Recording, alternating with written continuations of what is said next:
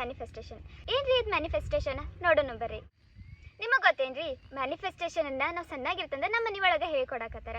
ಆದರೆ ಡಿಫ್ರೆನ್ಸ್ ಏನಪ್ಪ ಅಂದರೆ ಈ ವೆಸ್ಟರ್ನ್ ಕಲ್ಚರ್ದವ್ರು ಯೂನಿವರ್ಸ್ ಅಥವಾ ಬ್ರಹ್ಮಾಂಡಕ್ಕೆ ತಮ್ಮ ಬೇಡಿಕೆಗಳನ್ನು ಕೇಳ್ಕೊಳತ್ತಾರ. ಆದರೆ ನಾವೇನು ಮಾಡ್ತಿದ್ವಿ, ನಮ್ಮ ಹಿಂದೂ ಧರ್ಮ ಒಳಗೆ ನಮ್ಗೆ ಇಷ್ಟವಾದ ದೇವರಿಗೆ ನಮ್ಮ ಬೇಡಿಕೆಗಳನ್ನು ಬೇಡ್ಕೊತ ಬರತ್ತಿದ್ವಿ. ಮತ್ತೊಂದು ಮೇಜರ್ ಏನು ಡಿಫ್ರೆನ್ಸ್ಪ ಅಂದರೆ ಈಗ ನನ್ನ ಹತ್ರ ಕಾರ್ ಇಲ್ಲ, ನಂಗೆ ಕಾರ್ ತಗೋದು ಆಸೆ ಐತಿ.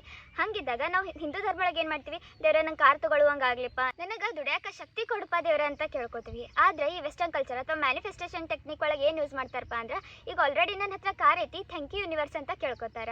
ಇಲ್ಲಿ ನಾವು ಅರ್ಥ ಮಾಡ್ಕೋಬೇಕಾಗೋದು ಏನಪ್ಪ ಅಂದ್ರೆ, ಇದ್ರ ಹಿಂದೆ ಎರಡು ಪಾಸಿಟಿವ್ ಎನರ್ಜಿ ವರ್ಕ್ ಆಗಕತ್ತವ್ರಿ. ನಮ್ಮ ಮನುಷ್ಯನ ಮೈಂಡ್ ಹೆಂಗಪ್ಪ ಅಂದ್ರೆ ರೀ, ಈಗ ನನ್ನ ಹತ್ರ ಬೇಕು ಅಥವಾ ಐತಿ ಅಂತ ಪಾಸಿಟಿವ್ ಮೈಂಡ್ಸೆಟ್ ಒಳಗಿದ್ರೆ ನಮ್ಮ ಬ್ರೈನ್ ಹತ್ರ ಕೆಲಸ ಮಾಡೋಕ್ಕೆ ಸಹಾಯ ಮಾಡ್ತೈತಿ, ಮೋಟಿವೇಟ್ ಮಾಡ್ತೈತಿ. ನಾವು ಹುಮ್ಮಸ್ಸಿಂದ ಕೆಲಸ ಮಾಡ್ತೀವಿ, ಆ ಕರ್ಮದ ಫಲ ನಮಗೆ ಒಳ್ಳೇದು ಸಿಗ್ತೈತಿ. ಅದೇ ಇನ್ ಕೇಸ್ ನನ್ನ ಹತ್ರ ಕಾರ್ ಇಲ್ಲ, ನನ್ಗೆ ದುಡ್ಯಾಕಾಗ್ವತ್ತು, ನನ್ನ ಹತ್ರ ದುಡ್ಡು ಇಲ್ಲ ಅಂತ ನೆಗೆಟಿವ್ ಥಿಂಕಿಂಗ್ ಮಾಡ್ಕೊಂಡು ಕೂತೀವಿ ಅಂದ್ರೆ ನಮ್ಗೆ ಈ ಜನ್ಮ ಒಳಗೆ ಕಾರ್ ತೊಗೊಳಕ್ಕಾಗಂಗಿಲ್ಲ.